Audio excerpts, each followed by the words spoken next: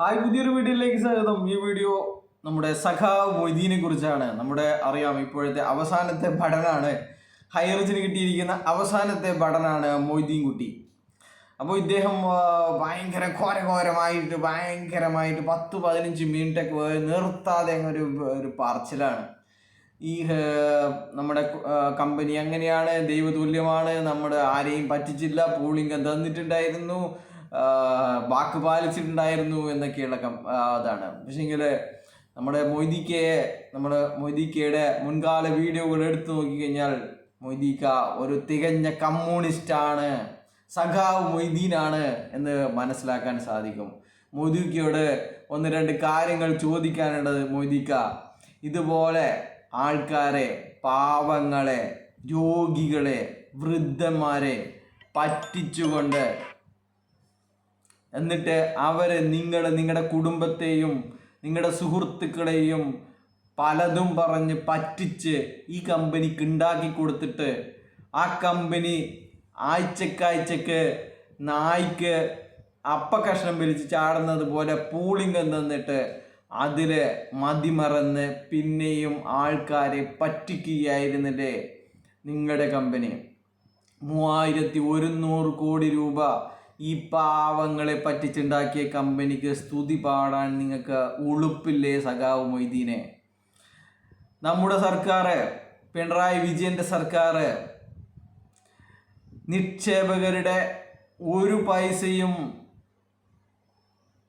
അന്യാധീനപ്പെട്ടു പോകരുത് എന്ന് പറഞ്ഞ് രാത്രിക്ക് രാത്രി രണ്ടാമതും നിക്ഷേപകരുടെ താല്പര്യം സംരക്ഷിക്കാൻ വേണ്ടി രണ്ടാമതും ഫ്രീസ് ചെയ്ത ഈ സർക്കാരിനെതിരെ അല്ലേ സഖാവായ ഈ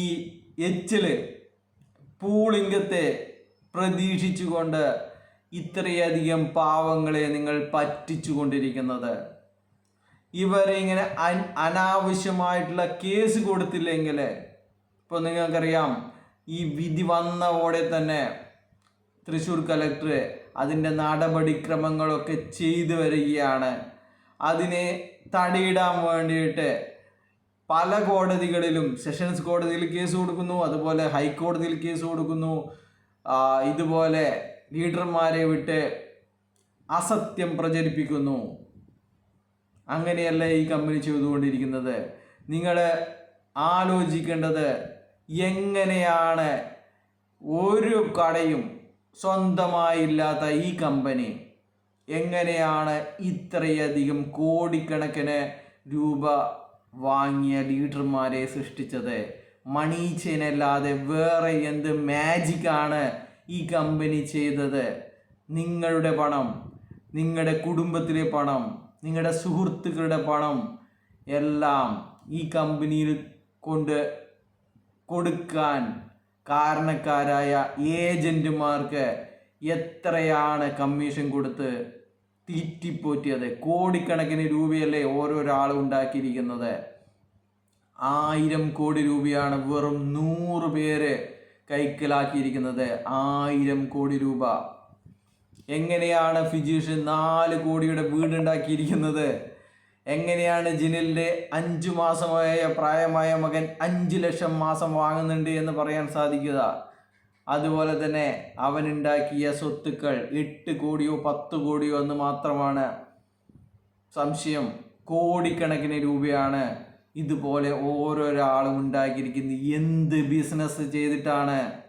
സൂപ്പർ മാർക്കറ്റുകൾ ഇവരുടേതാണോ? എന്ത് ബിസിനസ് ചെയ്തിട്ടാണ് ഇത്രയും പൈസ ഉണ്ടാക്കിയിരിക്കുന്നത്? നിങ്ങൾ ആലോചിക്കേണ്ടതാണ് മൊയ്തീക്ക.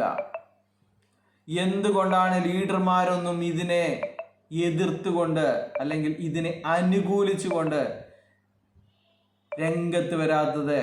അവരൊക്കെ അവരുടെ പാട് നോക്കിപ്പോയത് ഇത് തിരിച്ചു വരില്ല എന്നും ഇത് കള്ളക്കമ്പനിയാണ് എന്നുള്ള സത്യം മനസ്സിലാക്കിയത് കൊണ്ടാണ്. എന്നിട്ടാണ് വെറും ജൂലൈ 2023 മാത്രം ജോയിൻ ചെയ്ത, ഇതിൽ നിന്ന് വലിയ വരുമാനമോ റാങ്കുകളോ അച്ചീവ് ചെയ്യാത്ത ഒരാൾ വന്നിട്ട് ഇങ്ങനെ കോരം പ്രസംഗിക്കുന്നത്? നിങ്ങൾക്ക് ധൈര്യമുണ്ടെങ്കിൽ എന്തുകൊണ്ടാണ് സെഷൻസ് കോടതി വിധി നിങ്ങളുടെ വെബ്സൈറ്റ് അടക്കം പരിശോധിച്ചുകൊണ്ട് നിങ്ങളിറക്കിയ ബോണ്ടുകളടക്കം ചൂണ്ടിക്കാണിച്ചുകൊണ്ട് ഇതിറക്കാൻ നിങ്ങൾക്ക് RBIയുടെ അനുമതിയുണ്ടോ എന്ന് നിങ്ങൾ എല്ലാവരും തന്നെ നിങ്ങൾ പരസ്പരം ചർച്ച ചെയ്യുന്നതല്ലേ. ബോണ്ട് ഇറക്കിയത് തെറ്റായിരുന്നു, ഡിജിറ്റൽ ID തെറ്റായിരുന്നു എന്നുള്ള കാര്യങ്ങൾ നിങ്ങൾക്ക് എല്ലാവർക്കും അറിയാവുന്നതല്ലേ. എന്തിനാണ് ഇങ്ങനെ പരിഹാസ്യരാകുന്നത് സമൂഹത്തിന് മുന്നിൽ? എന്തിനാണ് ഇതിനെക്കുറിച്ചൊന്നും അറിയാത്ത പാവങ്ങളെ വീണ്ടും വീണ്ടും പറ്റിക്കുന്നത്? സഖാവ് മൊയ്തീനെ, ധൈര്യമുണ്ടെങ്കിൽ നമ്മളൊക്കെ വിളിക്കുന്ന കോൾ അറ്റൻഡ് ചെയ്യാനോ അല്ലെങ്കിൽ നിങ്ങളുടെ കയ്യിലുള്ള രേഖകൾ നമ്മുമായിട്ട് പങ്കുവെക്കാനോ തയ്യാറാവുക. കോടതിയിൽ പോലും സമർപ്പിക്കാൻ പറ്റാത്ത എന്ത് രേഖയാണ് നിങ്ങളുടെ കയ്യിലുള്ളത്? എന്ത് രേഖയാണ് നിങ്ങളുടെ കയ്യിലുള്ളത്? എല്ലാ രേഖകളും കോടതിയിൽ സമർപ്പിച്ചതിന് ശേഷമല്ലേ സെഷൻസ് കോടതി നിങ്ങൾക്കെതിരായി നിങ്ങൾ മണി ചെയിൻകാരാണ് എന്ന് 34 പേജുള്ള വിധി പ്രസ്താവിച്ചിരിക്കുന്നത്? എന്തുകൊണ്ടാണ് കഴിഞ്ഞ 7 മാസമായിട്ട് പ്രതാപൻ ജയിലിൽ കിടക്കുന്നത് എന്ന് നിങ്ങൾ അന്വേഷിച്ചിട്ടുണ്ടോ? ഇതുപോലെയുള്ള പോൺസി സ്കീമാണ് ചെയ്തിരിക്കുന്നത് എന്ന് കോടതികൾക്ക് ബോധ്യമുള്ളത് കൊണ്ടാണ്. എന്തുകൊണ്ടാണ് ജാമ്യം ഹൈക്കോടതി അനുവദിക്കാതിരുന്നത്? എന്തുകൊണ്ടാണ് PMLA കോടതി 2 വട്ടം ജാമ്യം നിഷേധിച്ചിരിക്കുന്നത് എന്നുള്ള കാര്യം മനസ്സിലാക്കണം.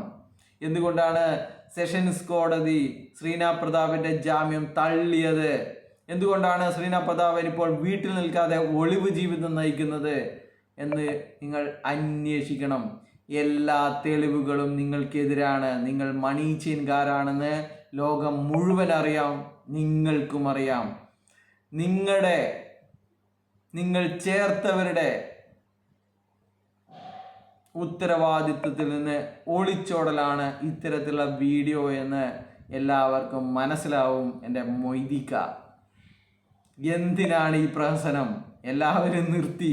എന്തിനാണ് 2-3 വീഡിയോ ആയിട്ട് കോരം? നിങ്ങൾക്ക് കമ്പനിയുടെ എങ്ങനെയാണ് കമ്പനി ഇൻകം ജനറേറ്റ് ചെയ്ത്? ഏത് എണ്ണക്കടറിൽ നിന്ന് കുഴിച്ചിട്ടാണോ അല്ലെങ്കിൽ ഏതെങ്കിലും മാവിൽ നിന്ന് പറിച്ചിട്ടാണോ ഈ 3000 കോടി ഉണ്ടാക്കിയിരിക്കുന്നത്? പണം കായ്ക്കുന്ന മരമുണ്ടായിരുന്നോ ഇവരുടെ വീട്ടില്? എങ്ങനെയാണ്? കുഴിച്ചിട്ടാണോ, കൊന്നിട്ടാണോ? എങ്ങനെയാണ് ഈ 3000 കോടി ഉണ്ടാക്കിയിരിക്കുന്നത്? മണി ചെയിൻ, അത് മാത്രമാണ് നിങ്ങൾക്ക് അറിയാവുന്നത്. 800 രൂപയിൽ തുടങ്ങി അത് 10 ലക്ഷം വരെ എത്തിയിരിക്കുന്നു.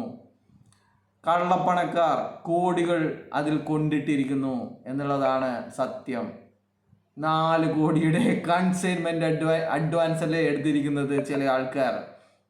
അദ്ദേഹത്തിന്റെ 100 പരമ്പരകൾ തുന്നാല് ഇനി 24 മണിക്കൂറും തുന്നാൽ തീരുമോ ഈ 4 കോടിയുടെ കൺസൈൻമെന്റ് അഡ്വാൻസ്? എന്ത് പറയാനാണ് മൊയ്തിക്ക നിങ്ങളോടൊക്കെ?